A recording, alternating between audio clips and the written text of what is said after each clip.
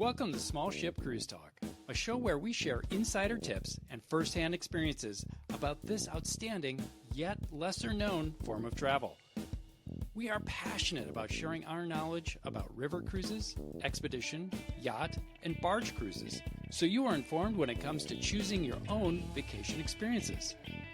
We're your co-hosts, Dan and Mikkel, and we are your cruise experts and the co-founders of Sometimes Sailing, a website that focuses on small ship cruising. Welcome and warm holiday greetings. So this is part of our Christmas Market Cruise series. We've got 2 other episodes on the Christmas markets currently, and those will be linked in the show notes below. Today we're going to answer your questions about river cruising and visiting the Christmas markets. So we've got a lot to cover. We do. So just for an overview of what you are going to learn, if you haven't booked your Christmas Markets River Cruise, we are going to talk about the difference between the Danube and Rhine Christmas Markets cruises very briefly, because that is the 2 that people most commonly choose between. We're going to talk about when to go for the best experience, what you can expect from the excursions you'll take and the markets, but also what to expect on board and what that's going to look like during the Christmas holiday season. We're going to talk about shopping at the markets, the food you can try and look forward to tasting at the markets. We're going to talk about some payment tips and what forms of payments are accepted and what currency you should have, how to get your treasures home safely, what else there is to buy at the markets besides Christmas stuff, and what to pack and wear for your festivities during the cruise. So grab a cozy drink. I have made myself, if I can say, some peppermint coffee. Dan is not into peppermint or any other flavored coffees, but I am.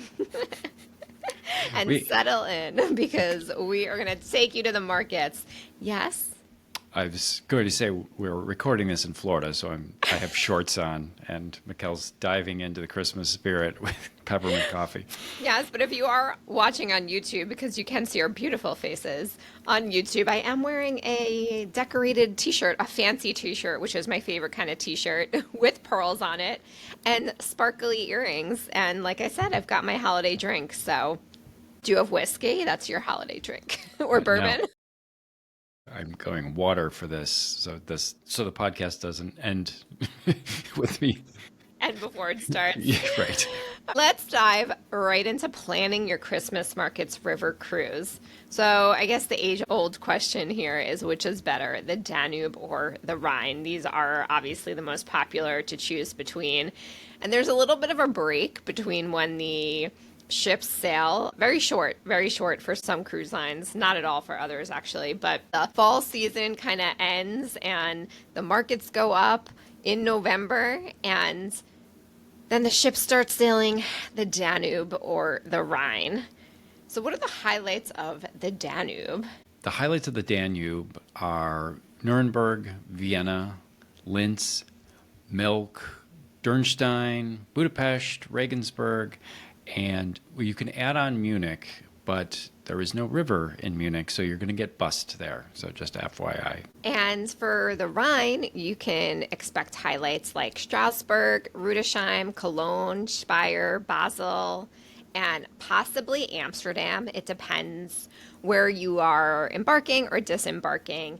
And it is worth noting that Strasbourg in the Alsace region of France is considered the Christmas capital of the world. So you're not going to get that on the Danube.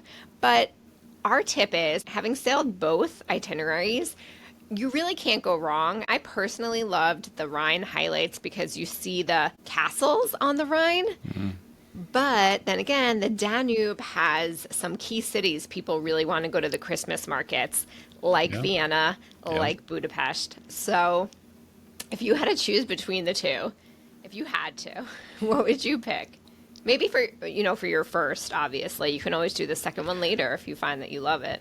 Yeah, I think if I was going to do it, my first, do it all again. My first, I would go with the Danube, I think. Okay. Because you got the hits there, right? You got Nuremberg. Really enjoyed Nuremberg the Christmas markets were great there. And then Vienna and then Budapest. Come on. Those are all great. Yeah, and I feel like you get a little bit of the small village feeling on the Danube in Dürnstein or in Nuremberg, especially. Like you said, Nuremberg's actually a bigger city than I expected, but it does have that medieval timber houses sort of, dreamy fairy tale feel to it too. So I've seen people write in some Facebook groups and such that you don't get as much as that small town charm on the Danube, and I don't agree with that. Yeah, that's interesting because every Christmas market is so different, and just how it kind of meanders through the city, and like you can find that small feeling in a Christmas market in a big city, Yeah, it's almost like being, let's say, if you're in Frankfurt, which we started one of our Christmas markets river cruises in. Big city, there's almost like these microcosms of Christmas markets within those big Christmas markets and little almost like villages within them, especially in Frankfurt, I found. Yeah. And in a city like Passau, which is really small, where the rivers converge, the Danube converges with other rivers. It's a very popular stop on the Danube River. You get that small town feeling. So, yeah, it's kind of a hard call, but you really can't go wrong with either. Yeah, I would agree. Yeah. Okay. So when is the best time to go on a Christmas market cruise? Obviously, this is going to be within the season.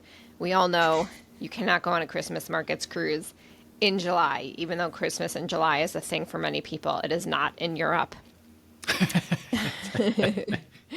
They are not setting up the markets for that. So most markets start the first Sunday of Advent. So this year, the first Sunday of Advent is November 30th, but like Hanukkah varies year to year. But next year, it's November 29th. So perhaps it's the same.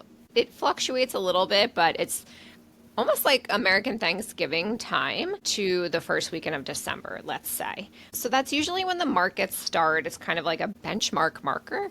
Is that redundant? That's a marker. It's lots of markers for these Christmas markets cruises. Best time to go, however, is first 2 weeks in December. So everything is open and you get that excitement of Christmas is coming and everybody's ramping up and getting excited about it. And so with that being said, you definitely want to book early. So you get your choice of stateroom and itinerary and all of that. So right now we're recording this in October. That might not be the best time to book your Christmas markets cruise, but see what's out there. If you're so inspired from this podcast, you see what's still available. I would say if you're gonna book late, to your point, like let's say you are gonna look up cruises in October, I would say be open to other cruise lines. We love Riverside has the most amazing interior design and great staff, great crew, and they also have incredible food. It's a newer cruise line, so you might have some more availability on there.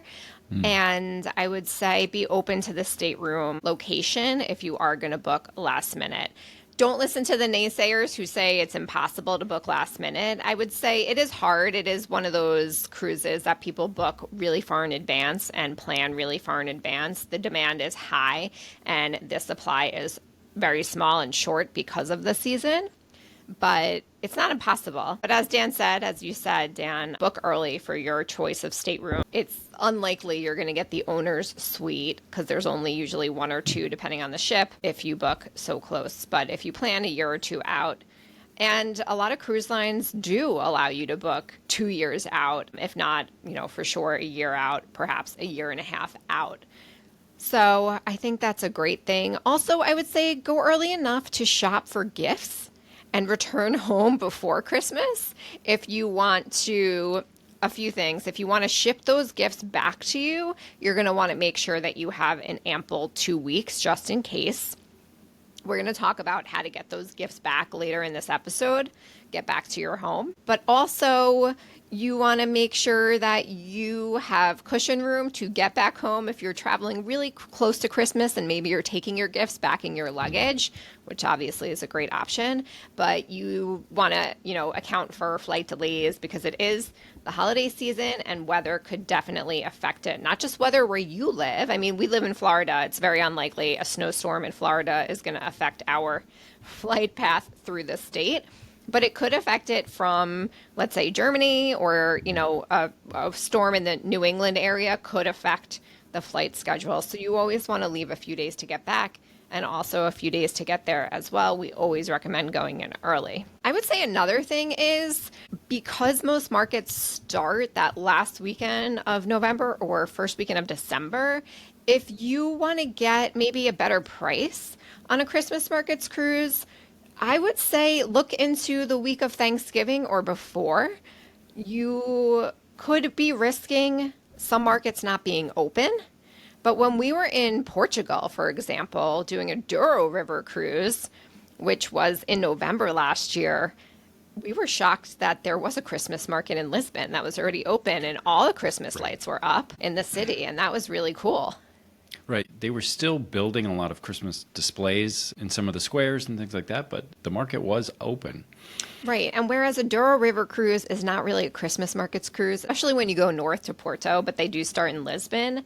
If you want to do a pre or post cruise on your own, especially, not just with, let's say, the River Cruise Line has an extension in Munich, for example, you can add on, and Munich does have an amazing Christmas market that I would highly recommend. But if you want to kind of hop because you're going to be in Europe anyway, then don't dismiss looking up the markets in other areas. Usually there is a tourism website for that city or, that country that'll link to the city you want to get to. And just kind of Google, Lisbon Christmas market schedule. And what you want to look for in the search results is the official tourism website that gives the official calendar. So that's just a hot little tip for you. Would you say Christmas market cruises are more expensive or kind of on par with just a regular cruise? Yeah, for sure. That's a great question. I would say because of that supply and demand is high and supply is short seasoned, I would say they could be a little pricier. But the fact of the matter is the time frame of those Christmas markets cruises are never going to change. Right. So if you want to go, and this is a dream cruise for you, and it really is one of the most magical cruises you can take, don't shy away from it. But, on your point of affordability, be open to another stateroom. I think something important during the Christmas markets cruises to recognize is that it's not impossible for you to sit out on your balcony with a hot cocoa or a hot coffee or a hot toddy or a spiked, coffee with Irish coffee or whatever. But you're not going to sit out on the balcony in the open decks as much. And if you are trying to save money and do a stateroom without a balcony, I would say if you're going to forego that veranda, this is a great cruise to do it because you still have those open decks. And again, not only is it cold outside, but it can be a little bit windier in this time of year too. Yeah, 100%. And coming back to the room, if you're going for the Christmas markets, you're probably not going to be spending that much time in the room or on the ship. You're going to be off exploring as much as possible. Right. And those common areas, and let's parlay this into the onboard experience discussion, those common areas are extra cozy because I would say all of the ships decorate for the holidays. They have garlands, they have lights, they have holiday trees up, and that's really special. So I think it's an additional reason for people to be out and about in the lounges and the public spaces and the bar area. And that really just adds to the excitement of booking a Christmas markets cruise.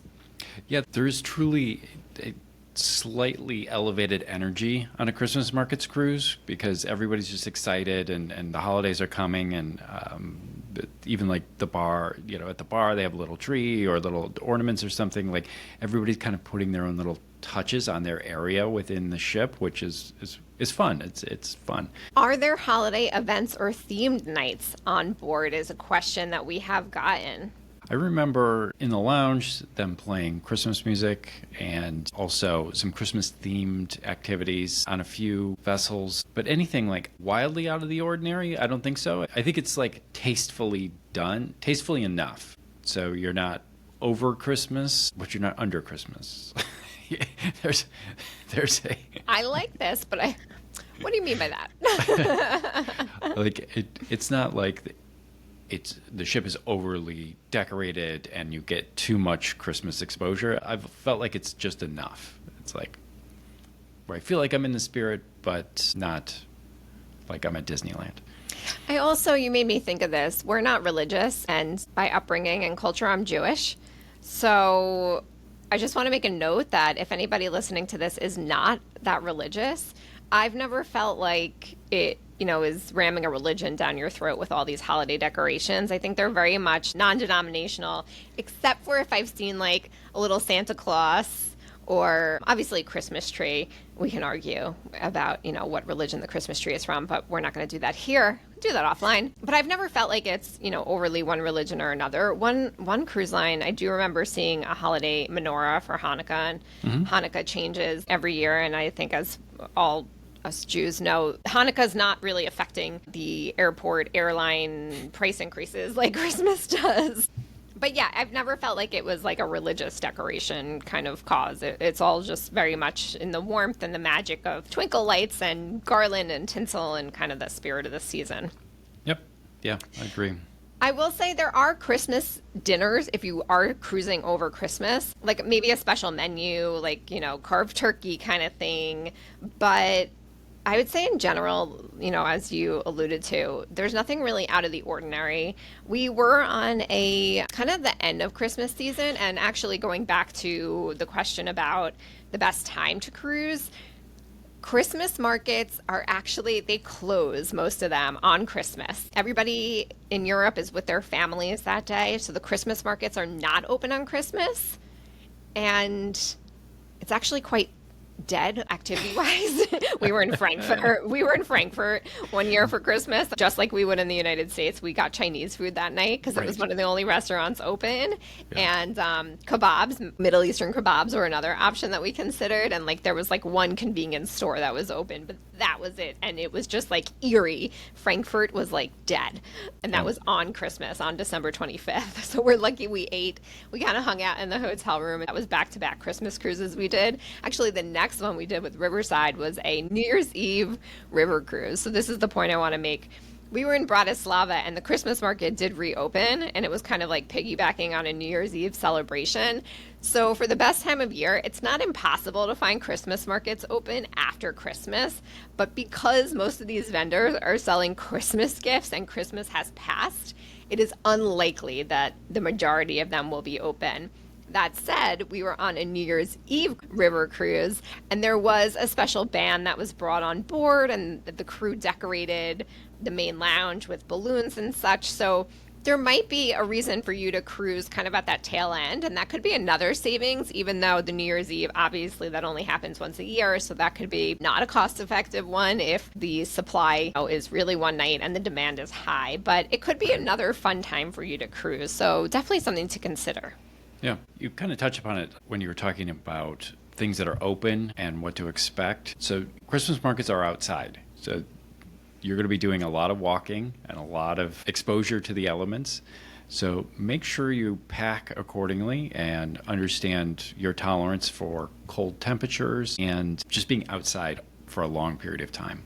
Okay. So what should you pack? Also, piggybacking off of that Christmas dinner or New Year's Eve dinner kind of thing, what do people wear to dinner? So I would say in a nice way, you don't actually have to pack anything fancier. I think one of the big myths about river cruises is that people dress up, and then once people go on their first river cruise, they're like, oh, it was a lot more casual than I thought. It is pretty casual. I would say if you're there over Christmas, maybe it's worth packing a nicer sweater or like a scarf to dress it up, or something that makes you feel special, jewelry or a watch or something, that makes you feel special. But don't feel the need to. It's not like everybody dresses up all of a sudden. So if it helps you, say, rooming your suitcase, you can leave anything fancy at home because you're going to need the room in your suitcase for gloves, hats.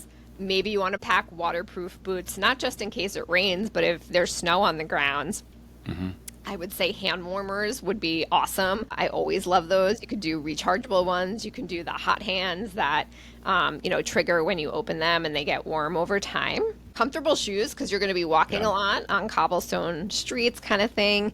You want to pack your rain gear. And I'm going to link in the show description We just did an episode about the 5 essential things you want to pack. So we did mention comfortable footwear and your rain gear, as well as your AirFly that allows you to do the quiet box cordlessly, so you're not wrapped up in cord headphones and such. What am I missing from this packing list, especially for that holiday season when it's cold? Yeah, I think for me, it's just flexibility, layers. You want to be able to take things on and off, and footwear. You've got cobblestones, you've got maybe rain, maybe snow. So just make sure that's comfortable. Because those excursions, like, that's the reason you're there, right? Is you're there to go explore the markets and really get out there. Right. So I like to do kind of a capsule wardrobe of jeans. I bring leggings to wear under my jeans if it's really cold outside to layer, wool socks. And then also I make sure that I bring my staple black long sleeve shirts and then like cardigans and things to put over them for layering. We're both New Yorkers. It's kind of like New York in December. It's cold, you know? Yeah. It's cold. Now that you know what to pack for your adventures out in the Christmas markets, let's talk about what you can expect on the excursions. I think the nice thing about the Christmas markets cruises is that it's not like they cut out every other excursion, right? So like you want to see some history, you want to see some landmarks. I'm trying to think of like ones that stand out and come to mind. I think like the thing with excursions is that a lot of people want to know, how much time do I get to spend at the market? They really want to maximize that time. But then you also have people that want to balance it with those historic walking tours and such. So I think you can expect those walking tours to still be there, like they would be an option months before, you know, in summer. But because it is winter, your options for excursions will be a little bit less. So maybe not as many wineries or no bike rides. Maybe a cable car may not be running, something like that. So just be aware that there will be weather or element related things that are just not available. Yeah, you just made me think of in Rudesheim, 2 of the most popular tours with any cruise line. Most of these cruise lines do the same kind of tours, by the way, is a guided coffee tour through Rudesheim and also this cable car. Well, don't expect the cable car to be open in December or November. It closes. It's really seasonal. So that's a good point about that seasonality. Yep. And then great indoor activity in Vienna, of course, is a concert. I would say most cruise lines offer this. It is a paid upgrade to go to this concert. Do not miss it. It's amazing. The only time we've missed the cruise line one, and not missed, but opted not to do it, is when some friends of ours were on the cruise and invited us to a different excursion we booked ourselves. So it was in this church, and it was, I would say, 4 string instruments. Yeah. Yeah. And that was really special. I'm glad we saw it because it was different. But I would say if I had to pick between doing that on my own and we had never done the cruise line offered concert, the cruise line offered concert is phenomenal. Yeah, 2 very different experiences. One was in a concert hall, one was in a church from 16 whatever. But they were both great concerts, or all of them have been great concerts, but these 2 I'm thinking about in particular, just a different experience. Yeah, so speaking of being off the ship and doing excursions, let's talk about experiencing the Christmas markets. Do you spend a lot of time in the markets?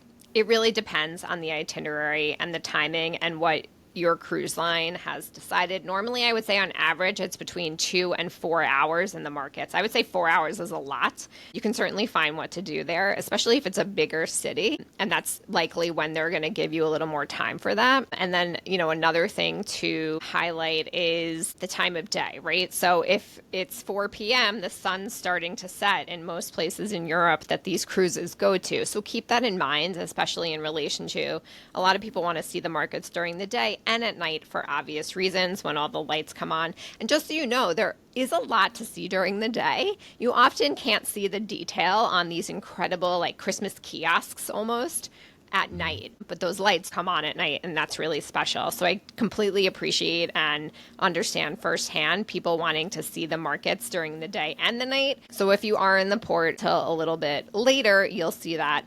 Also, if that's a concern to you, try to book a cruise with an itinerary that provides a late night stay in a port or an overnight stay, because that's going to allow you to have more free time to go out and explore on your own. Yeah, absolutely. The nights in the market, it's a completely different feel and atmosphere, and there's a lot of drinking and lights and eating and a lot of conversation and energy. But the daytime, you're going to see all the real richness of the stalls and the atmosphere that's there. I think also something to keep in mind is that a lot of locals go to these markets when they get off from work. So it's a place to gather and meet your friends for like an after work glass of glühwein or get dinner there. So it is going to be crowded, a little bit busier after those work hours when the sun sets and on weekends. So if you're looking at your itinerary and you are worried about the crowds, just kind of be aware of what day of the week your cruise is going to port in one of those cities. I wouldn't be concerned that they're going to be closed on like a Monday, let's say. Like a lot of restaurants are closed in the States on a Monday. Don't be concerned about that. They're going to be open every day. I'd more so be concerned about the day of the week, just for crowds, and then also the time of the day. Most markets don't open until 11 o'clock, if not later.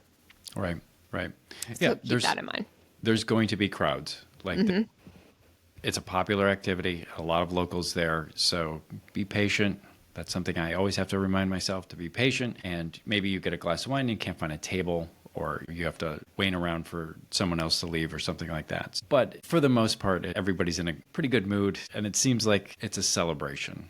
Yeah, and I would say also the closer it gets to Christmas, the little bit busier it gets, the closer and closer to Christmas. I think it's because people feel like, the time is running out to go to the markets, so they go more frequently before they close. Mm-hmm. We talked about exploring the markets with your excursion, but you can also do it on your own. And you can also visit other cities from wherever your ship is docked.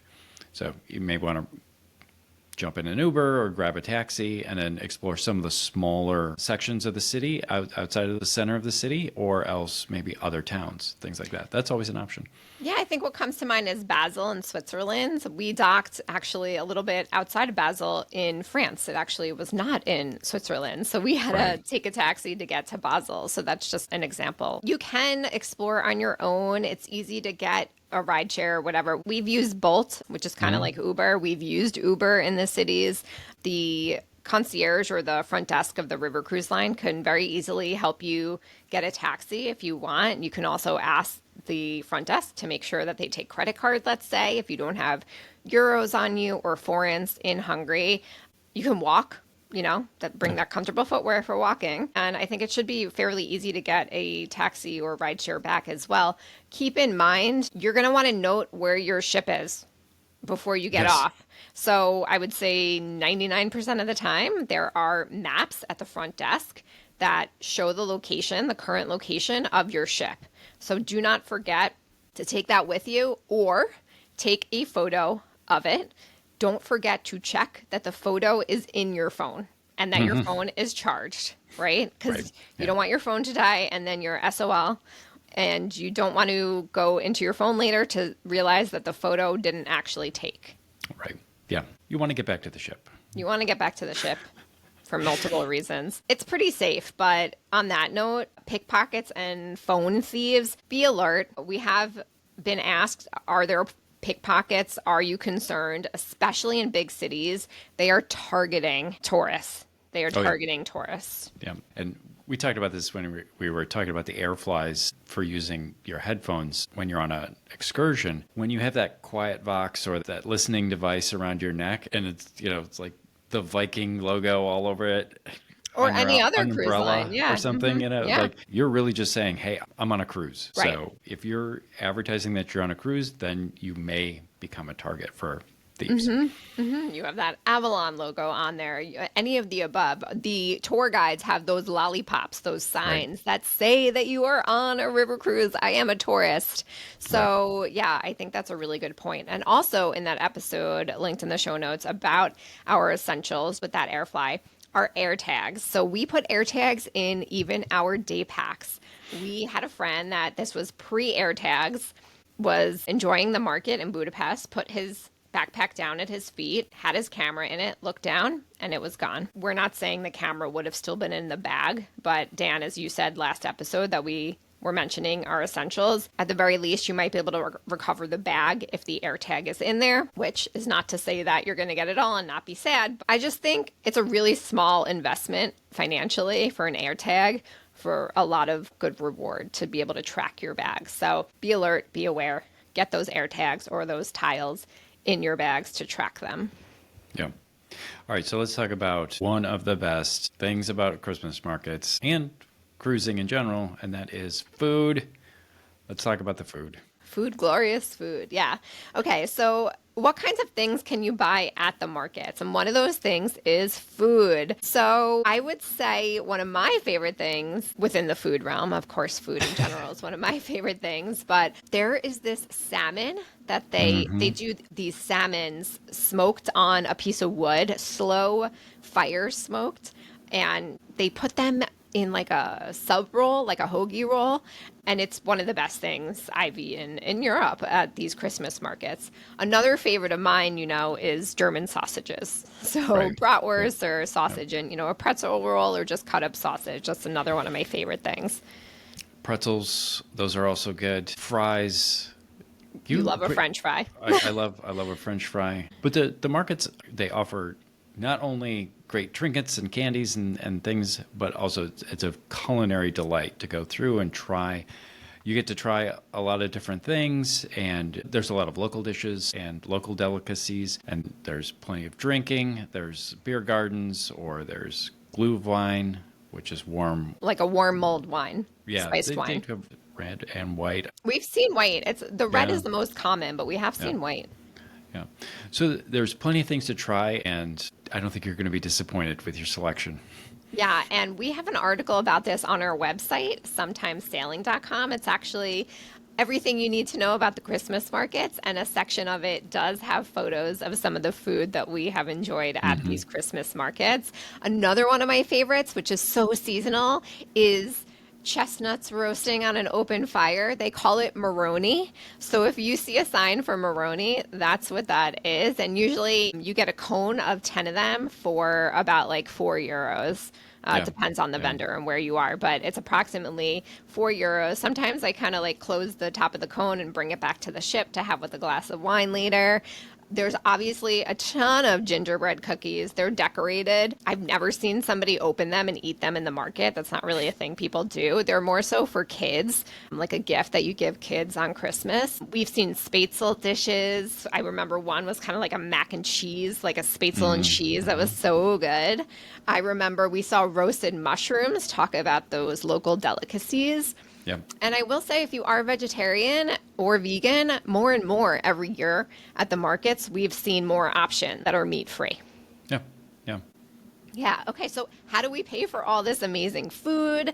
I would say a lot of vendors take credit cards, again, more and more every year, but you want to have some cash. Again, it's euros. In Germany, in Austria, in Hungary, it's foreign. But I will say there have been times that we don't have cash and we just simply ask before purchasing, do they take credit card? You're going to want a Visa or MasterCard. Most places do not accept American Express, even though we have that and that is our preferred card, but most places don't take it. So we have a Visa Chase Sapphire Reserve card, which we love, that I will also link in the show notes, that does not charge an international fee. So they take credit cards, some of them, but you might want cash if you don't want to be limited because you don't have cash. Another thing is, back to the food, something really popular with Glühwein is that the mugs are different everywhere. So that's like a cool thing. So a lot of people collect the mugs. We went cruising with our friends and they were taking all the mugs back for one of their aunts. And if you don't want the mug, you get your deposit back. So what you do is you pay for Glühwein. Let's say it's €4 for the Glühwein, and that includes a €2 deposit. So when you bring the mug back, you'll get that €2 back. Some places you need cash for that. Some places you don't. Right. You can include that in your credit card charge. So be aware of that. And again, the mugs are different at every Christmas market, and they often say the year and the city of the Christmas market. So that could be a cool thing to keep your eye on if that excites you. Right. Yeah. Our friends definitely had a full collection of mugs by the time they wrapping in clothes and such. Yeah. What other things can you buy at the Christmas markets besides the food? Well, there's plenty of gifts, and plenty of gifts for children. So maybe toys or trinkets, snow globes, things like that. And there's plenty of sweets, so desserts that you can purchase, clothing, scarves, hats, things like that. Ornaments, a lot of ornaments. I think I even saw some stuff for pets, like doggy outfits and I love that. leashes and whatnot. We don't have a pet, but I'd still buy that stuff. But it is interesting. Every market is very different. You'll see a lot of things repeating, maybe because they're just traditional gifts or they're just local vendors that do something similar. But every market has its own personality and its own list of vendors and a lot of different treats just to discover. I would say if you see something that you are really excited by, a food item, a gift, buy it because you might not see it again. But, a part of me also can't help but feeling all the markets are different, but they're all the same. Yeah. You know what I mean? Like you kind of see the same things over and over again, but Yeah. the risk you run is what if you don't see it again? And that did happen to us. I remember wanting salmon one more time and we just never saw it again past one of the cities that we were in. So if you were dreaming of something and you have your heart set on something and you saw a gift that you were like, oh, I would really like this for our home, or I know so-and-so, my sister would like this or whatever, buy it. Or you can kind of walk away. And if you're still thinking about it an hour later before you head back to the ship, go back and buy it. I've seen the question, are items different from city to city? And I think that answer that we just talked about kind of covers it. The items are similar, but like you said, Dan, those local foods might vary and decorations might vary as well. If you want something that's handmade, can you get something that is handmade? We did see a lot of handmade things. Now, we also saw a lot of things that we thought were shipped from maybe China over to these vendors, but you can tell what's local, like local spices we even saw. And don't hesitate to ask, and you can tell by their answer if it is handmade or not. What about, is there anything to buy if you don't celebrate Christmas? I would say the food.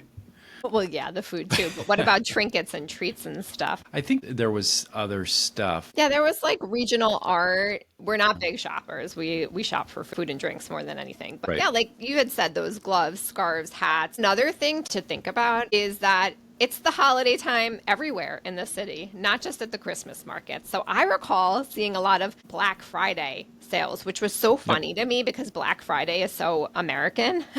Right. So they tap into those American sales too. And a lot of the clothing stores were doing Black Friday sales, which is just to say that there are going to be shops that are doing Christmas sales, Sure. Yeah.